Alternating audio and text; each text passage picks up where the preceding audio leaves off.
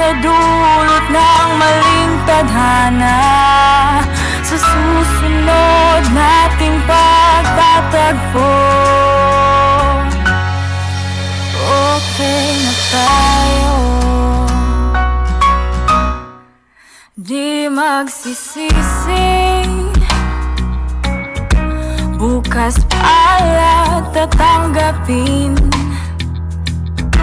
Tayo'y magsilbing aral, kahit papano ay nagmahal.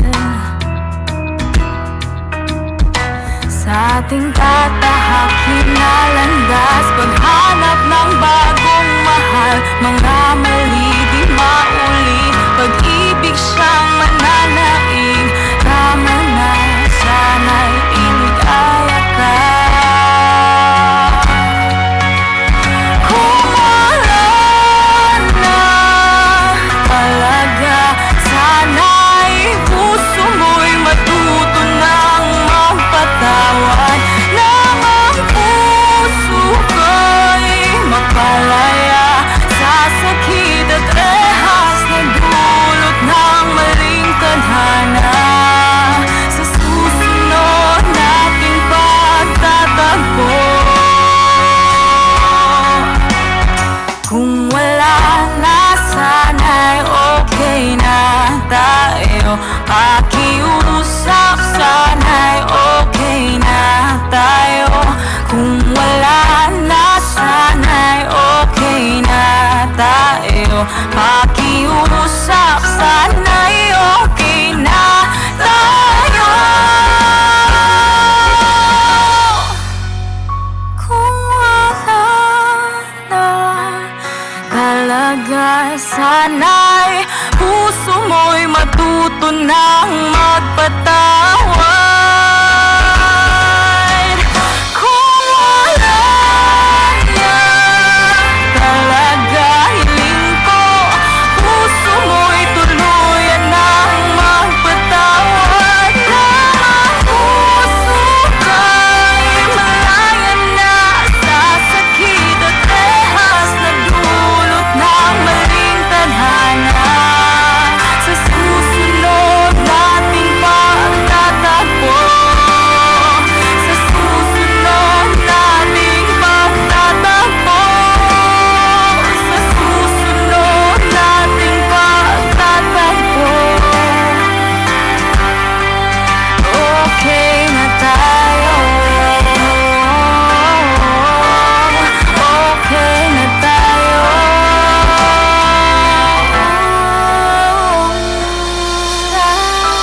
Sa susunod nating pagtatagpo, okay na tayo.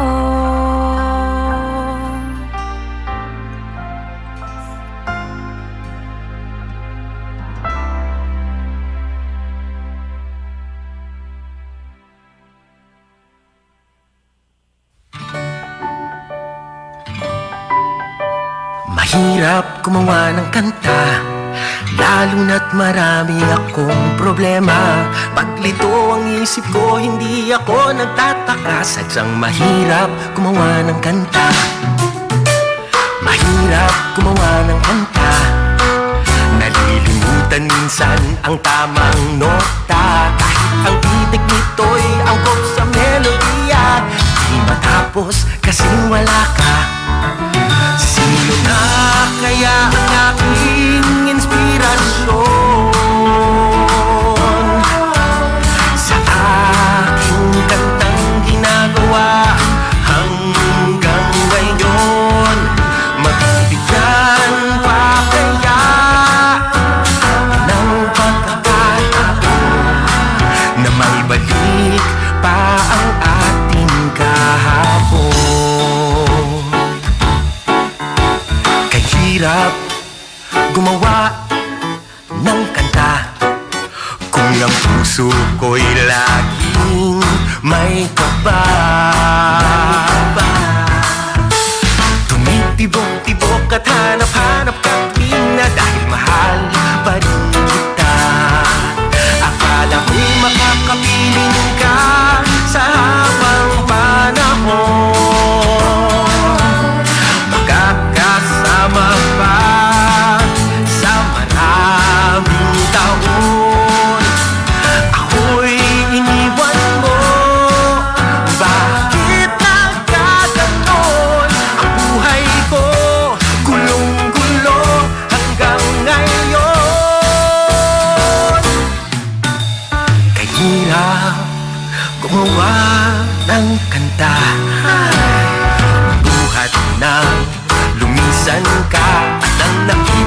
pang may kasamang iba, nawala ng siglang tapusin ang kanta.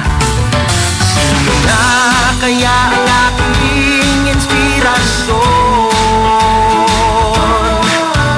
sa aking kantang ginagawa hanggang ngayon? Mabibigyan pa kaya ng pagkakataon na maibalik pa ang ating kahapon? Sino na kaya ang aking inspirasyon? Oh, sa aking gandang ginagawa hanggang ngayon, mabibigyan pa kaya ng pagkakataon na may balik pa ang ating kahapon, na may balik ang ating kahapon. Mahirap gumawa ng kanta.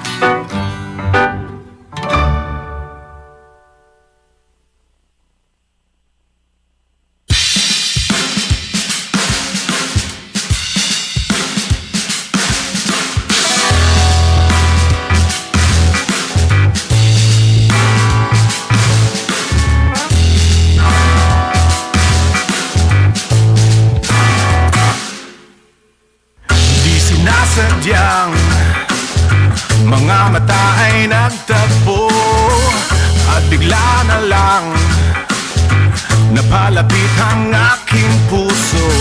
Sinuklian mo ng ngiti ang aking ngiti, at ang dibdib ko ay di na napakali. Nagising, nagising ang matagal na himbing. Nagising, nagising ang aking damdamin. Kaya ako'y aasa na rin. Babalik, balikan kita.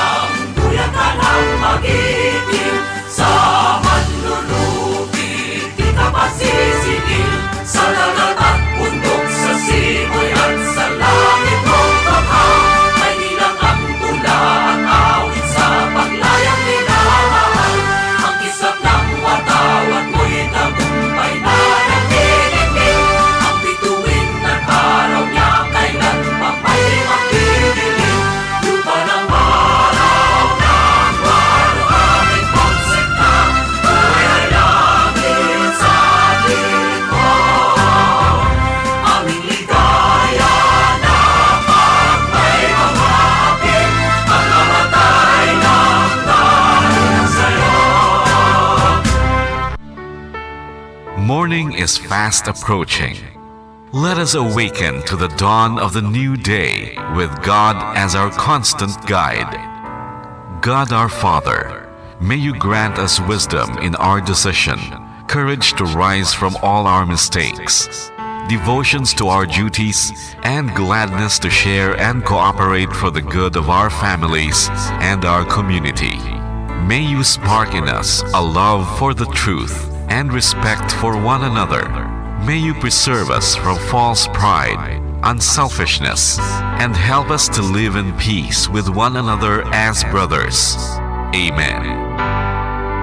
Good morning. This is radio station DYWB, now signing on. DYWB is a commercial radio station owned and operated by the People's Broadcasting Service Incorporated. as authorized by the National Telecommunications Commission. DYWB operates daily from 4 o'clock in the morning to 11 o'clock in the evening on 630 kilohertz with a power of 10,000 watts. DYWB is broadcasting from Bacolod City, Republic of the Philippines. DYWB is maintained and operated by the following personnel, duly licensed by the National Telecommunications Commission. First-class radio telephone operators. Joselito Pagayon, Chief Technician with license number 94-1PVI-12314.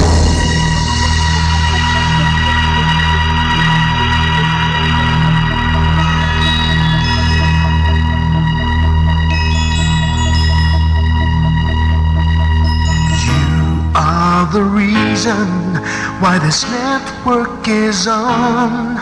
We're standing together, so loud and so clear. And on your radio, we aim not just fun. We're here for you with our great big helping hand.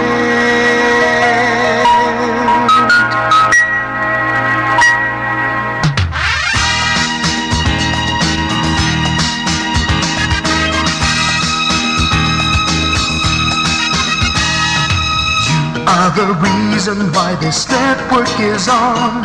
We're standing together, so loud and so clear.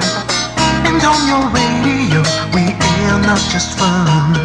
We're here for you with our great big helping hand. We have the power to tell the truth without fear, with favor to no one.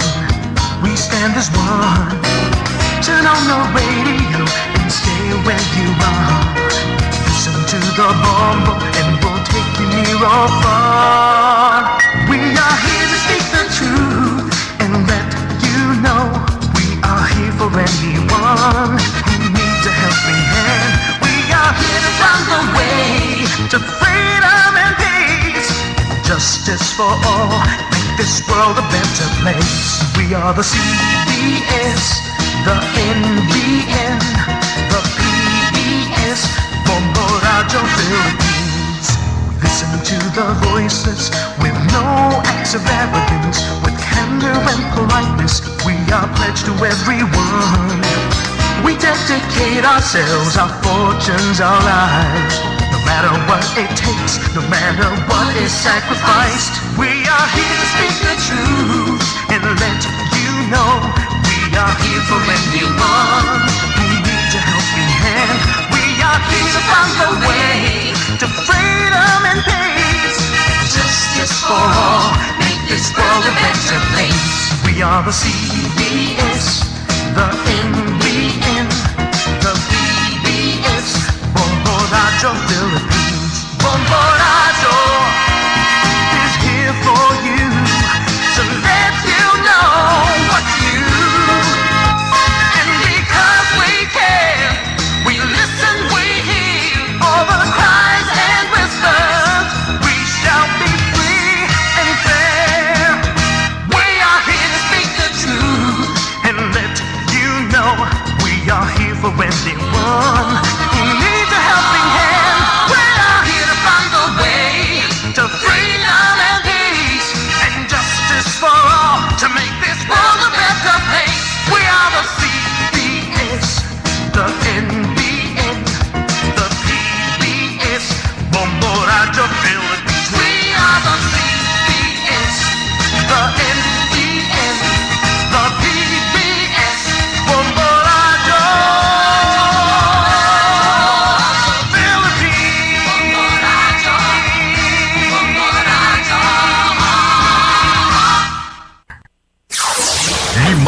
dekada nang nagtataguyod ng katotohanan. 5 dekada nang nagtatanggol sa mga mamamayan. Patuloy na nagsasaliksik at mabilis maghatid ng mga balitang siksik at malaman. Patuloy na nangunguna sa mga issue, drama, promo at serbisyo publiko. Ito ang Bombo Radyo Bacolod, ang pambansang radyo ng Pilipinas. Paradyo Bombo! Bombo Radyo Bacolod. Paradyo Bombo!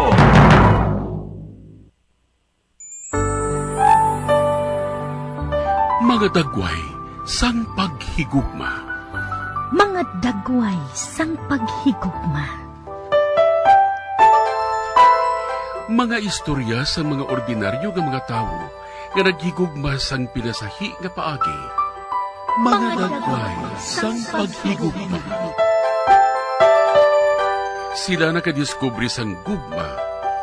Gugma nga nagduso sa ila sa paghimo sa mga butang nga naghatag sang kadayawan sa Diyos.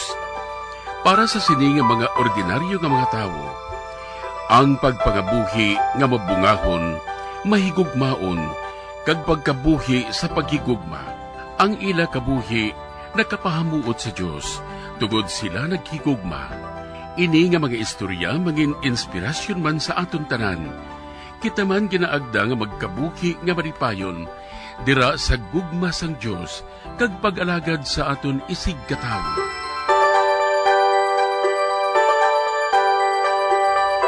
Ini nga programa ginadulot sa inyo sa mga Madres and Daughters of St. Paul, Missionary Sisters sang Social Communication. Mayong adlaw mga abyan ko sa kahanginan, kagyari naman kita sa aton programa, Mga Dagway sang Paghigugma. Ako sa gihapon ang inyong abyan sa kahanginan, si Sister Ameline Paglinawan sang Daughters of St. Paul.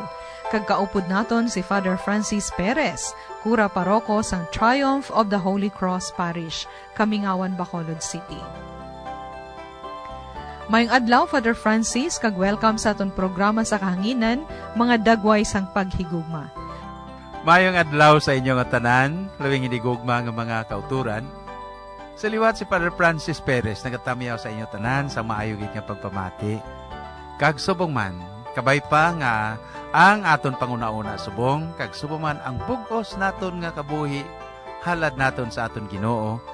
Ilabi na gid sa sining aton nga pagpamalandong sa kabuhi sang isa ka ibanghilista, nga sa diin naghalad sang iya kaugalingon, nagsulat kag nagpangabuhi upod sa aton Ginoo.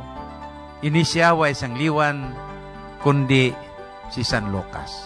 Iyari kita subong sa aton nga programa ang Mga Dagway sang Paghigugma. Upod kay San Lucas, mga muyo anay kita.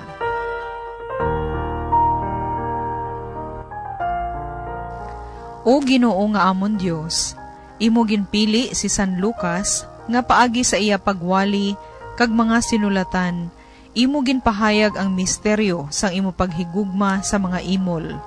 Itugot nga ang nagapabugal subong mga gintutunan ni Kristo, magapadayon nga maghiliusa sa tagipusoon kag kalag, kag ang mga pungsod makakita sang imo kaluwasan. Ginapangayo namon ini sa imo paagi kay Hesukristo, imo anak kag amon Ginoo, nga nagakabuhi kag nagahari upod sa imo sa kaisahan sang Espiritu Santo, Dios sa tanan nga mga tuig sa mga katuigan. Amen. Karon aton pamatian ang drama sang kabuhi ni San Lucas. Si San Lucas na tawo nga isa ka Grego kag Hentil sa Antioquia, Syria. Isa siya ka doktor, kag ginapatihan nga isa man ka ulipon. Apang indi kinaandan sadtong mga panahon nga ang ulipon mangin edukado sa medisina, agud ang pamilya makaangkon sa isa ka doktor. Suno sa tradisyon sa simbahan, si San Lucas amo ang manunulat sa ikatlong nga ebanghelyo, kag sang binuhatan sa mga apostoles. Naginsuod siya nga kaupod ni San Pablo sang Tarsos sa paglibot kag paghimo sang misyon, agud mapalapnag ang maayong balita. Si San Pablo sa iya pagbisita sa nagkalain-lain nga katilingban, nagsiling. Sa akon paglibot kag pagbisita sa tagsa ka komunidad, akon dala ang pagtamyaw sang akon mga kaupod. Gani dire sa inyo katilingban, ginakamusta kamo ni Lucas nga pinalangga nga manugbulong kag ni Dimas. Malawig ang pagpanglakato ni Pablo, kag madamong iya sumununod sa nagkalain-lain nga komunidad. Apang sa nahuuna nga kay gayunan, dito kami nagkita ni Pablo sa Troas. Kag nagupod ako sa iya, padulong sa Macedonia, kundiin, nakita ni Pablo ang palananawon, kag iya nahangpan nga ang Diyos, nagpanawag sa amon sa pagdala sang maayong balita sa mga taga-Macedonia. Si Lucas ang akon nangin matutom kag tampad nga kaupod sa akon mga pag-antos kag kabudlayan sa misyon. Kag bisan sang panahon nga ako ginpreso sa Roma, nagunong siya kag nagpabilin sa akon luyo tubtob sa katapusan sang akon kabuhi. Si Lucas lamang ang upod ko.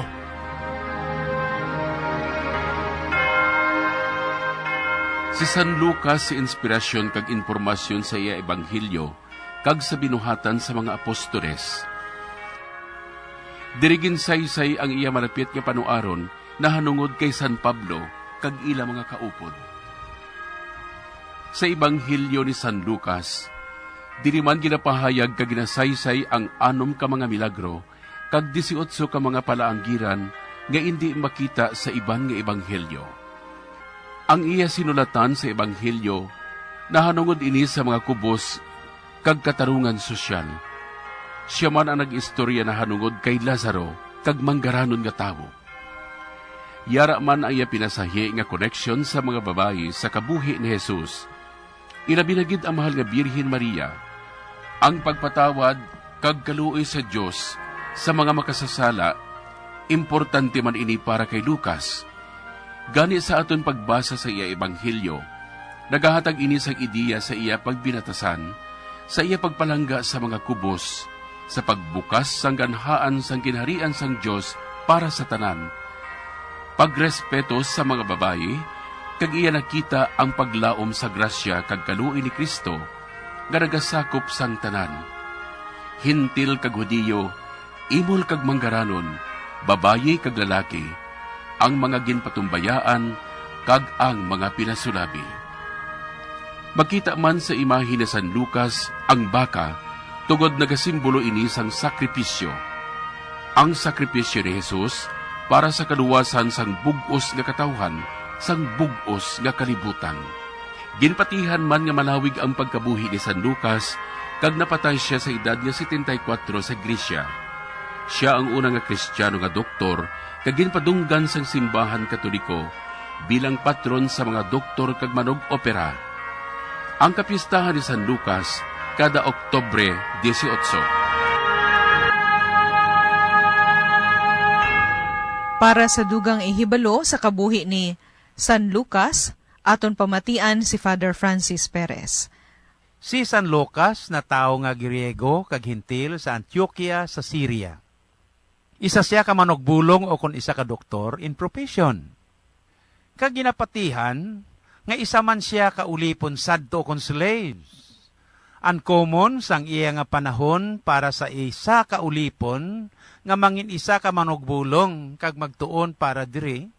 Gani suno sa istorya sang iya kabuhi, ang iya nga mga ginikanan nagkuha sang isa ka resident physicians agod nga mag-train kag magtudlo sa iya sa pagpamulong.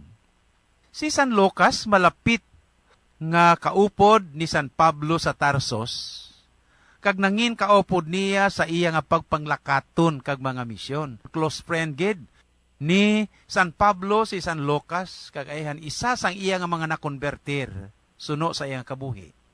Ginapatihan nga si San Pablo sang siya ginsakit pagkatapos nga siya nakonvertir, kag ginbato siya, kasang madali na lang siya kag malapit malumos siya kun tani samtang nagawali siya sa Western Roman Empire.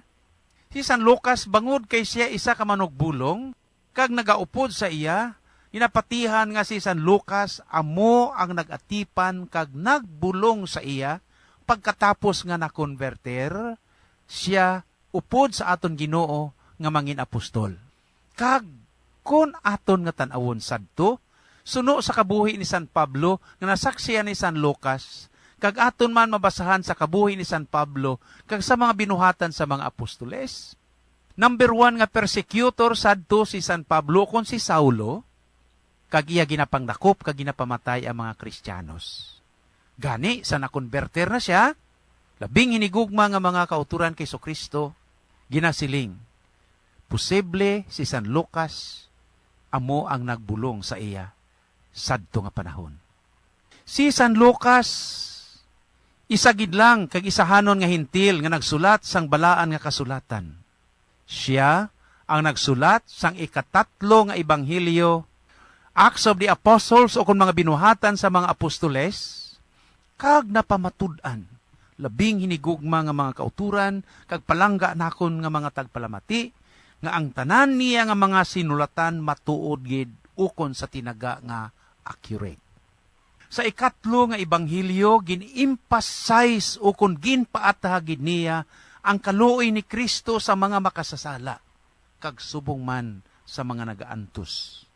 Subong man ang papil sang mga kababainan sa buluhaton o kung ministry of the church, ilabi na gid sa kabuhi sang aton Ginoo.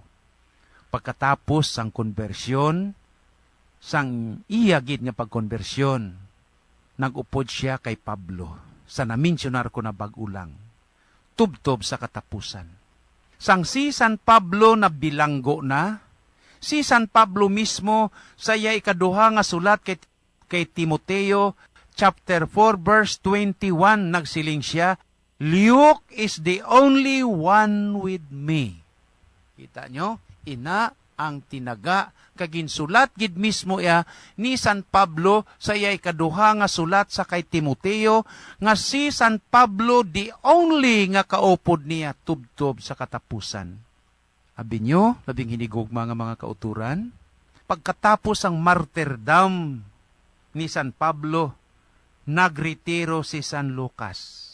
Klaro nga iya nga ginsulat ang kumpleto nga hitabo sang pagtunda o kon annunciation sang anghel kay Maria, kag masyado kaklaro ang ginsulat ni San Lucas sa iya man ebanghelyo ang visitation o kon ang pagduaw sa mahal nga birhen sa iya pakaisa nga si Santa Isabel o kon si Elizabeth. Ginapatihan nga si San Lucas napatay sa edad nga 84 sang tuig 74 sa Grace. Si San Lucas amo ang nahauna nga Kristiyano nga doktor o kon physician, kag siya amo ang patron sa mga doctors kag mga surgeons. Sa mga waay na kahibalo, mga doctors, palangga ko nga mga manugbulong, ang inyo nga patron amo si San Lucas. Kag amo man, siya man amo ang patron sa mga painters, o mga painters, mga artists, pintahan ninyo sang maayo ang itsura sang aton Ginoo. Suno sa kabuhi ni San Lucas, siya ang patron sa mga painters, kay siya amo ang nagpinta sang icon sang mahal nga Birhen Maria. Kita nyo? Mga painters, mga artist. Ang iyang relic, ginaunor sa simbahan sang mga apostoles sang Constantinople. Labing hinigugma nga mga kauturan, antes ako magtakop, akon ihatag ang karakter sa mga ginsulat ni San Lucas para sa aton tanan, agod mahapos ang aton nga pag-insindi sa iya ebanghelyo. Una, the Gospel of Mercy. Palangga niya mamakasasala. Palaanggiran, the prodigal son. The second is the gospel of universal salvation. Dapat tanumdumon gid naton gin-emphasize man ni San Lucas nga si Jesus nagpanginmatay, nagpalansang sa krus kag napatay para sa aton tanan. Ginsulat man ni San Lucas ang ebanghelyo para sa mga imol, the gospel of the poor. Kag amo man si San Lucas sa ikaapat nagsulat sa the gospel of absolute renunciation. Iyagin stress diri ang total dedication naton sa kay Christ. Dapat gid nga si Kristo ang sentro sa aton nga pagpangabuhi. Ikalima, the gospel of prayer and Holy Spirit. Aton gid permi panumdumon ha, ang prayer life naton. Siling ni San Pablo, prayer is the weakness of God and the strength of man. Sang si Kristo nagakabuhi pa sa kalibutan, ang iya permi nga ginauna, amo ang iya nga pagpangamuyo anti sa mag-obra, kag liwat siya nagapangamuyo sa pagpasalamat pagkatapos sini. So amoy ning gospel of prayer and Holy Spirit. Kag ang ikaanom, the gospel of joy and joy of salvation. Ang Ebanghelyo sang kalipay, kag ang kalipay sang aton nga kaluwasan. Labing hinigog mga utod, ini si San Lucas. Ini ang isa sang apat ka mga ebanghelista. Siya nagahambal sa aton tanan, kag nagatudlo nga pamatian naton ang pulong sang Dios. Si Father Francis Perez sa liwat, nagatamyaw sa inyo tanan sa maayo nga pagpamati, kag subongan. Nagapaalam sa inyo nga tanan, kag nagatamyaw. May God bless us all.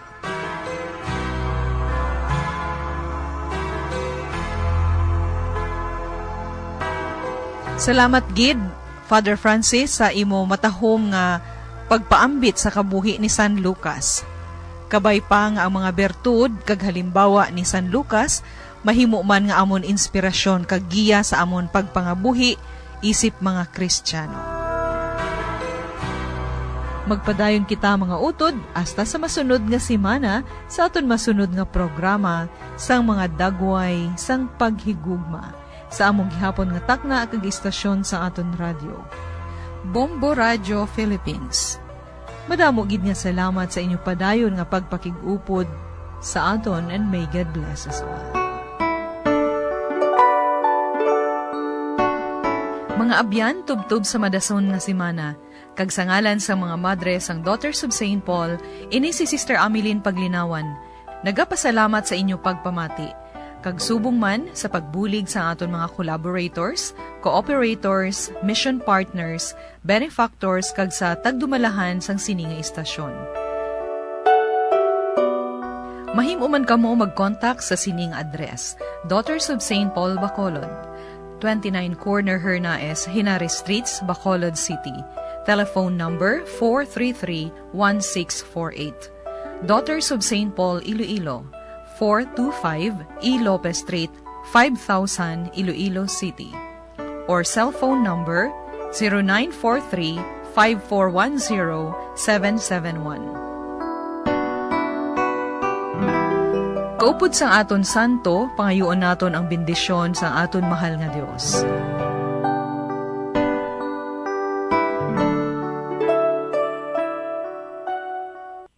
Bombo Radio Bacolod. Number 1! Paradyo Bombo!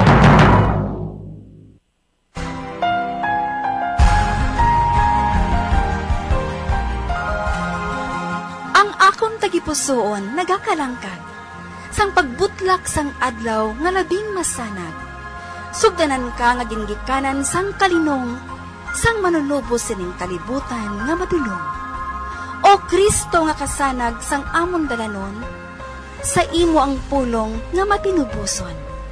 Ipadala ang imo espiritu sa pag-amuma, sining tagipusoon nga nagahandom sang imo gugma.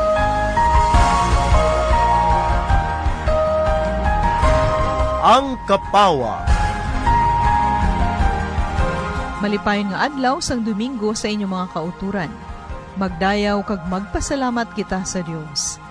Ginasaulog naton subong ang World Mission Sunday, nga may tema nga indi mahimo nga indi namon pag-ibalita ang amon nakita kag nabatian. Subong nga kita nagasaulog sa aton 500 years of Christianity sa aton pungsod, niyan kita man ginatawag sa pagpaambit sa aton pagtuo. Nabaton naton ini nga grasya, kag sang may kalipay aton man ini ipaambit sa iban. Magpapag-ununta sa aton mga relasyon sa pamilya, komunidad kag aton pungsod, ang aton pirmi pagpamati sa pulong sang Dios kag sa pagpamalandong sini. Let us celebrate the Word. Naghatag ini sa aton sang kusog kag bag-o nga kabuhi sa matag pagpamati naton sini.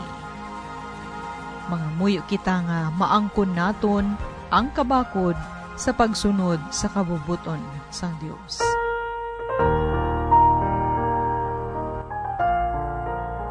O gamhanan kag walay katapusan nga Dios, tugangi sa amon ang pagtuo, ang paglaom kag paghigugma, kag itugot nga matuman namon ang imo mga sugo, agud madangat namon ang imo mga ginsaad. Ginapangayo namon ini sa imo pagi kay Hesukristo, imo anak kag amon Ginoo, nga nagakabuhi kag nagahari upod sa imo sa kaisahan sa Espiritu Santo, Dios sa tanan nga mga tuig sa mga katuigan. Amen.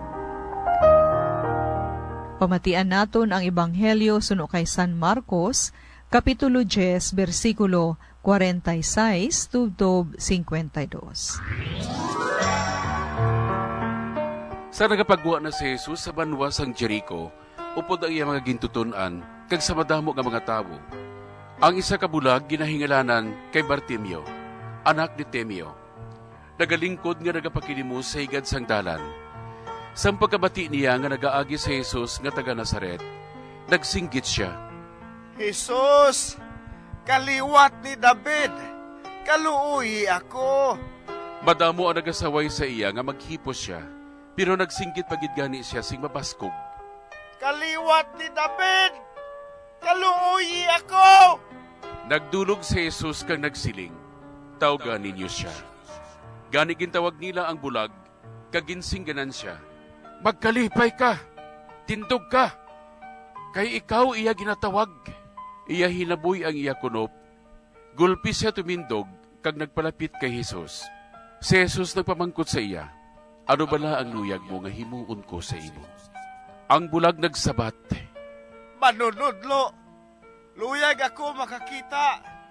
Si Jesus nagsiling sa iya, lakat ka. Ang imo pagtuo, nag-ayo sa imo. Sa gilayo nakakita siya, kag nagsunod kay Jesus sa dalan. Ginagda kita sa pagpaambit sa iban, sang aton ginahuptan nga grasya sa aton tagipusoon. Mamati kita mga utod kay Father Jerivel Celestial para sa dugang nga mga reflections. Mayong aga kag welcome sa aton programa, Father Jerivel. Mayong aga, Sister Ameline, kag mayong aga sa inyo mga kauturan ko sa atong Ginoong Kristo. Yari na kita subong sa ika-30 nga Domingo sa ordinaryo nga panahon. Our first reading today was taken from the book of the prophet Jeremiah. Magsalika tagad nga Jeremias mga kauturan. So some nagapanumdum sila nga do ang permi lang ginahambal ni Jeremias pag ano no, masika ba lang nga talks about catastrophe, disasters o na mga malain. So pessimistic wala nga approach bala no. So amo na mismo yang do kaungdan ni Jeremiah. Pero may 2 chapters sa iyang ginsulat, chapters 13-31 nga dulain ang iyang mood no. So these 2 chapters invite all to be cheerful and make merry. Kay man ano yang kaungdan sina, do mo naglipasan naton sa aton nga first reading. The reading is taken from this chapter sa so-called the cheerful part of the book of Jeremiah. So after inviting Israel to praise the Lord, to sing to His name, and to hail Him, kag ang propeta nag-imagines sang mga tao, grupo sang tao nga napagapabalik, kay man, ang ini nga ginahambal ni Jeremiah, so gasanto ini mismo sa experience sa Israelinhon, ako sa diin sila ginanogin exile sa Nineveh. So nagapauli sila, pabalik sa ila mismo nga lugar. So, ang nakita ni Jeremias bilang first part sang ato nga reading, kita niya nga the blind and the lame, women and children, women in labor. Sampun silingon sina, sino ini nga mga tao, piang, bulag, babae nga nagabusong, babae makabataan. Ti kung nagapalagyo sila, kung nagapapauli sila, hinay, di bala makotura, no? So, masing ka nga, you can't move fast with such group of people nga nagaupod sa pagpangalakato, no?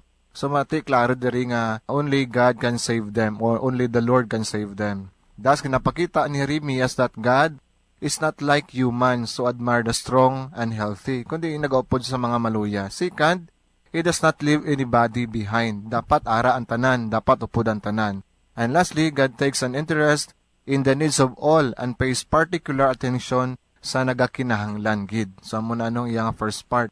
Ang second part, the author describes the return of the prisoners which compares to the exodus from Egypt, no? O, ano nang iyakong dan? Nga ang Diyos nagapromise that He will cross the desert, makalabay sa desyerto. Secondly, they will not go hungry and thirsty. And lastly, the Lord will prepare a way for them sa pagbalik nila. Sa mo na aton nga first reading subong, aga the journeys sa nagakinahanglanon sa mga maluya kag sa mga sing naton mga incapable or mga nakulangan sa usog, nakulangan sa grasya, kundi ara siya. Then our second reading today was taken from the letter to the Hebrews. Ang letter nga to the Hebrews was written for Christian or Jewish Christians who have faith in Christ but still think nostalgically about Jerusalem temple and its solemn liturgies. Sa mo na ilagi na imagine, no? That is why ang reading subong nag-recall sang characteristics sang pari, no? Who offer sacrifices in the temple. So kung aton i-sum up simple lang kung dansin, no? It talks about two aspects of the priesthood. I-describe nato, no? So ano ba ang pari? So they were chosen by God. Secondly, they could not take on this honor without being called by the Lord. Dapat gintawagin sila. Sa muna, no? Ikadua sini is, they were men, since only the one who has experienced human frailty can understand their frailty and selffulness of others and feel compassion. Obviously, kung ikaw nakabatiyag, kan experience sina nga bagay, makaresunod ka sa ibang nga tao, makasindi ka sila nga balatyagon, makasindi ka sila nga paghangop, makasindi ka gid mismo sa totality sila ginabatyag. Specifically, kung nagyan naman, di ba no? So mo na yung description. Si Jesus, bilang pinili man, so siya mismo na may ara man sa nga characteristics present sa mga pari kaini. So Jesus Christ did not assume high priesthood by himself. It was given to him by the Father. Secondly, he was also a human who underwent the experience of suffering and temptation. So mo na So the two aspects of priesthood. So simply, union with God. Union with God in the sense that called by God, mediator between God and man. He is a priest forever. So union with men. So a genuine solidarity must unite the priest to those whom he represents before God. Kaya man experience siya in Manila kung paano maging tao. Secondly, is able to feel and suffer with men since he is also a man himself full of weakness. And lastly, he offers gifts and sacrifices for the sins of men as he also offers sacrifice para masaya nga sala. Sa mo na aton nga second reading, no? Two aspects of priesthood. Union with God and union with men. Then our gospel today was taken from the Gospel of St. Mark chapter 10 verses 46 to 52. Ang background ang ni makuturan. So kabalo na kita, no? Jesus Christ has been predicting His passion, death and resurrection kung magagto sa Jerusalem. So ang ini nga gina-teaching ni Jesus Christ, dubudlay batulon sa mga disipulo.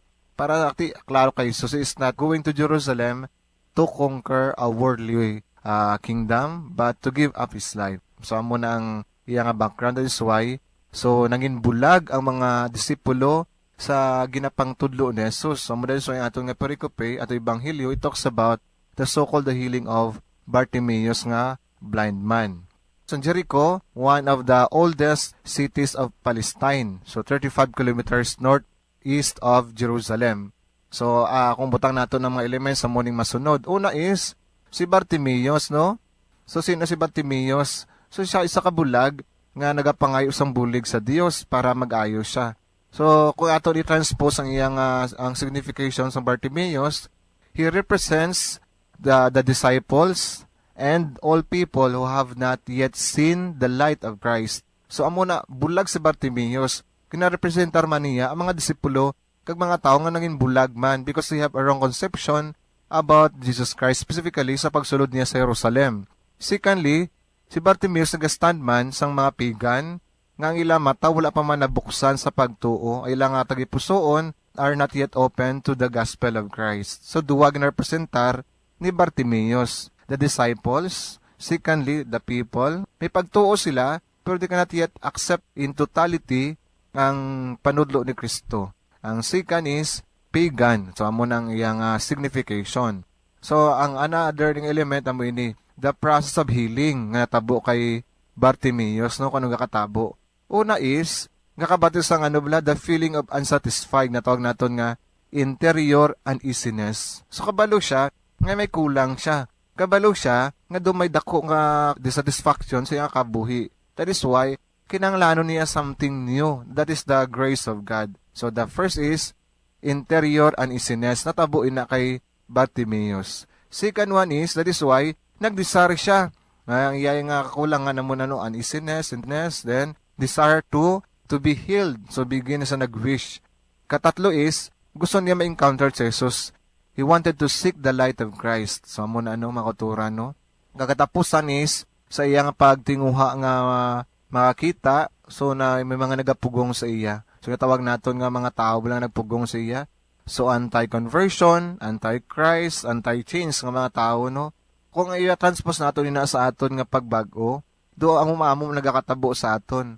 Una is sa tunga sa ato pagpakasala, gakabatyag kita sang arab lang sense of guilt. So uneasiness interiorly na kag subong man nagapanumdum kita sang dalom. Kag mismo gusto naton nga inano na yung kabuhi naton nga wala sang bili, wala sang meaning, wala sang purpose. Amo mo sila sina inner steering, that is the beginning sa pagbago. Ma-desire ikaw magbago ikaw. You desire to have that kind of conversion. Pagkatapos na, you encounter God is why nagabaga-baga na ikaw, no? Pero wala naga-endera. So pag-desire nimo, pag-encounter nimo, may mga tama pugong sa imo. Sino pugong sa imo? Just like sa kay Bartimaeus, no? Nagapasingatan sa hipos, di ba? Laki sa siniyagin si Bartimaeus. May mga tao man nga nagapugong. Do you think hindi nakilala ni Bartimaeus? Hindi natong kilala sila? Mga abyanta man na, makatrupa bala naton sa sa mga utod bala. Ato na mga upod sa pagmadyong, mga upod sa ato nga pag-inom. Sila man ay mapugong sa ato. Wala ka mapugong ang hindi kilala sa ato, no? So mga familiar faces na sila. Familiar people. So sila mo na una masulog-sunlog sa iyo. Sige ko nilang bailanda palipasa lang na iya. Kasi nga do pitik mingaw si mo korason nga kabalan. Di dahil suway nga nagabatyag ka. Di nga na bailanda malipas na iya. Kasi mas nga piki na iya nga mga bubago na iya. Mabalik ka manggihapon, amo ka manggihapon, di ba no? So mo importante apat ka proseso nga dapat magyan. First is interior uneasiness. Second, you desire nga magbago ikaw. Third is, you encounter God. Pero pag encounter mo sa Diyos, sa katapusan may arap nga anti-change, anti-Christ, anti-conversion. So the first is idea, acronym idea, no? Nga makita nato nga tabo man kay Bartimaeus. Pero ang third element, among response ni Bartimaeus, wala sa napapugong niya, perseverance. So he is not discouraged. He continue to seek God. So wala sa nahuya siya kayong tangan. Dahil so grabe kita nga pagtinguha anong mabatian sa Jesus, no? So he cries out, he asks for help. Ti ang sa gihapon ti kaklaro mo na makuturan nga ti samo nang pagtinguha ni Bartimaeus, no? Then Jesus Christ, ang sabat ni Jesus, call him, di ba no? Amo nang sabat ni Jesus, tawga siya. Wala sa Jesus na directly nga nagasi nga Bartimaeus kagto di. Batara de may ara sa ginsugo, no? Tawga siya, call him. Tampot silingon, may mediator. Ti ang mediator nga ina, someone gidya bala nga kabalo siya sa proseso nga magagiya gidya mismo kay Bartimaeus, no? Nga the mere fact nga siya nagpangayo sang bulig, ang mga mediator pagid gali, no? Ti sen una mga mediator, sila na matutuod nga mga abya naton nga nagapush sa aton nga magbago kita nga nagagiya sa aton that we can see light, na sila nagapardon sa kabuhi nila sa para manginahimplo naton. Real disciple. So sa wala gani sa ngalan, no? Someone lang, di ba no? Nagsiling nga tawag ka ni Jesus. So amo na. Titani kita mangin someone man sa other people, sa mga tao, sa mga biya naton nga nagatinguha sa pagbago. Then ang reaksyon ni Bartimaeus, the blind jumps up quickly, throws his cloak and runs toward the one who will give him back his sight. So grabeng pagtumbo yan, no? Ti amo silingon sina ginhaboy. Ihaboy nimo bayaan nimo imo nga bayo nimo nga kalainan, your old ways, your lifestyle, yung negative attitude. So kuhaon nimo para makapalapit ka kay Jesus. Mas magaan, mas maayon, di ba no?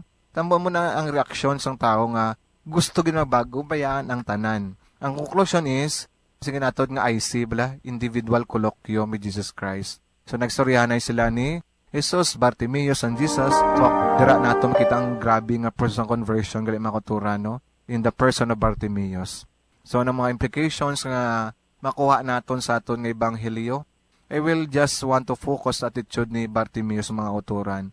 Tres ko man iba nga mga points. So first is Bartimaeus.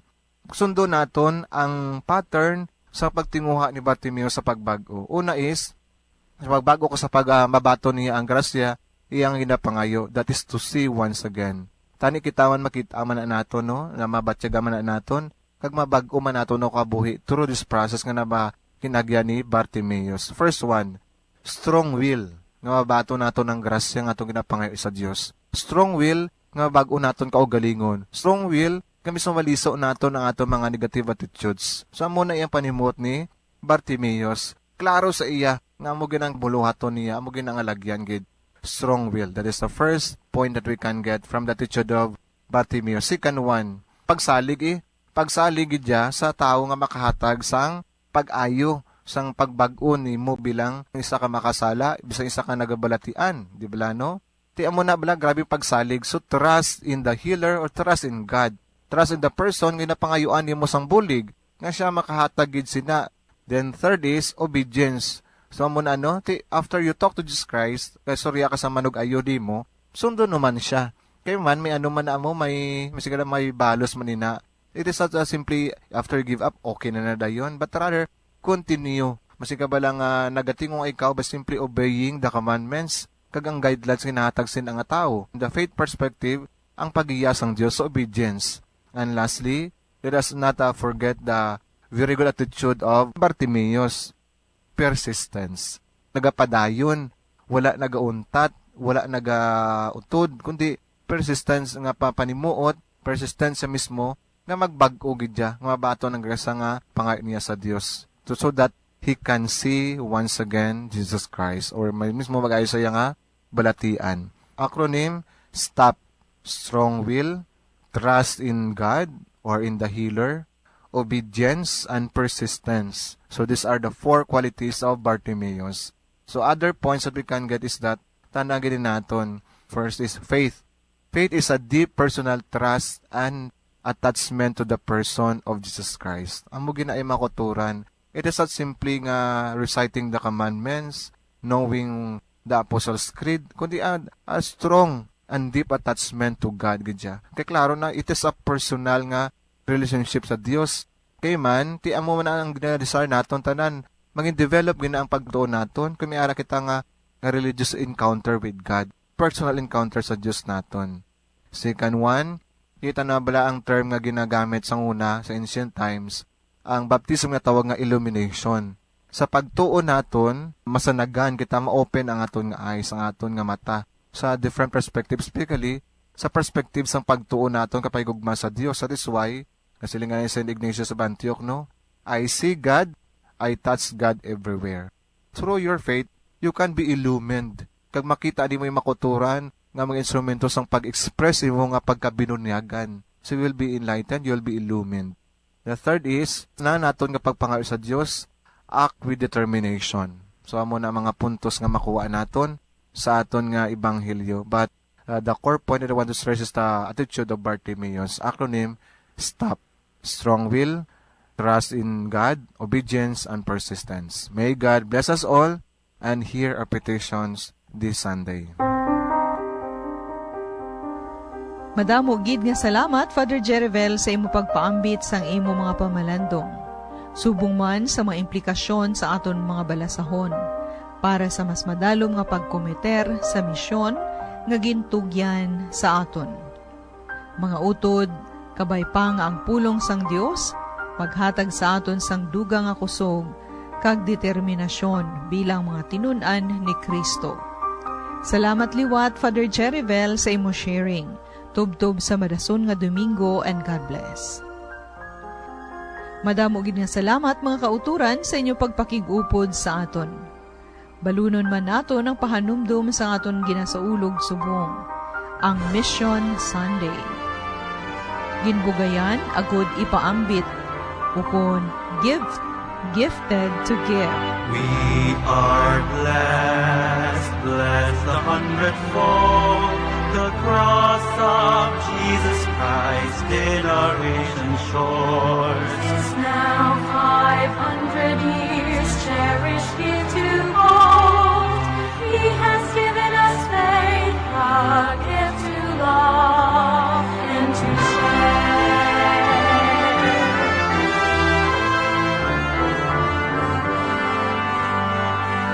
Esta fe es bendición también nuestra misión. A todos los que sufren traemos salvación. A todo el mundo compartir su compasión. A toda la humanidad llamamos a la conversión. Tayo'y may katungkulan at pananagutan na ang kapwa'y akayin kay Kristong purihin.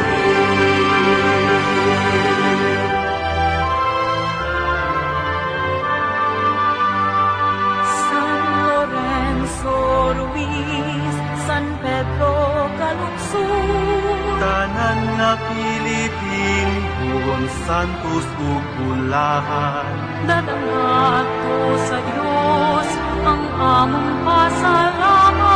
Lakip among panaan nga magmatinud-anon. Tayo'y may katungkulan at pananagutan na ang kapwa'y akayin kay Kristong purihin.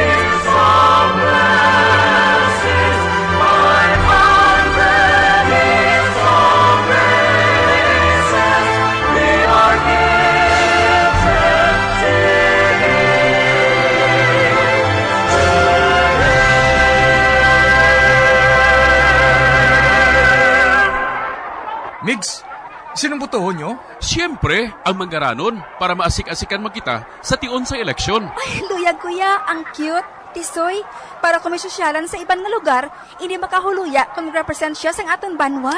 Kinahanglan kidyang maisog para blang tanan ko rogaw. Ikaw, Ikaw, sino ang kandidato mo? Ang tampad kaghanda magserbisyo sa banwa. Hindi ang kaugalingon ng ambisyon ang ginauna. Bangod, amo inang matuod-tuod nga public servant. Ang kaayuhan sang banwa, hindi pag-alang-alangan. Kandidato nga masaligan, pilion naton tanan. Isa ka pahanumdum halin sa mga madre sang Daughters of St. Paul kag sang sini nga istasyon. Hasta sa madason nga Domingo sa ika-31 nga Domingo sang tuig sa aton liturhiya. Kabay nga ang bendisyon sa aton mahal nga Dios, magpabilin sa aton karon kag sa gihapon. Sa ngalan sang Amay kag sa Anak kag sa Espiritu Santo. Amen. Mga abyan, tubtub na lang anay kita diri. Akon gid ginapasalamatan ang tanan nga Pauline cooperators, collaborators, benefactors kag tagdumalahan sang sini nga istasyon. Kung gusto ninyo iupod ang inyong mga intensyon sa among pagpangamuyo, ipadala lang ninyo ini sa Pauline's Media Center, Daughters of St. Paul, Bacolod, 29 Corner Hernaes, Pinares Streets, 6100, Bacolod City. Daughters of St. Paul, Iloilo, 425 E. Lopez Street, 5000 Haro, Iloilo City. Telephone number 320-9487. O mag-text sa 0943-5410-771. Sa ngalan sang mga madre sang Daughters of St. Paul, ini si Sister Ameline B. Paglinawan. Kabay nga ang paghidait ni Kristo nga amo ang dalan, ang kamatuuran, kag ang kabuhi, magpabilin sa aton tanan. Ang Katisismo sang Simbahan Katoliko.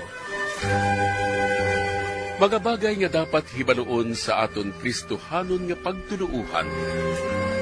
Ang misteryo sang aton pagtuo. Ang paghigugma sang aton mahal nga Dios. Ang aton kabuhi upod kay Kristo Jesus sa kaisahan sang Espiritu Santo. Aton talakayon, tun-an kag hangpon ang ginatudlo sang aton katisismo. Sa ano nga paagi nga ang katawhan sang Dios nagapaambit sang tatlo kahilikoton ni Kristo bilang pari, propeta, kag hari. Ang katawhan sang Diyos nagapasakop sa pagkapari ni Kristo, samtang ang binunyagan, ginapanginhalad paagi sa Espiritu Santo, sa paghalad sa mga espirituhanon nga sakripisyo. Nagaambit sila sang pagkaprofeta ni Kristo, samtang upod sa ila dako nga pagtuo, nagapabilin sa sini nga pagtuo, nagapaligon sang ila paghangop, kag nagapanaksi sini. Ang katawhan sang Diyos nagaambit sang pagkahari ni Kristo, paagi sa pag-alagad, nga nagasunod kay Hesukristo, nga amo ang hari sang bugos na kalibutan, nangin sulugoon sang tanan, ila binagid ang mga imol kag nagaantos. Ang Katisismo. Ang Katisismo. Ang Katisismo sang aton Simbahan Katoliko. Ini nga programa ginadulong sa inyo sa mga madre sang Daughters of St. Paul kag sang sini nga istasyon sa pagpalapnag kag pagkabuhi sang aton pagtuo.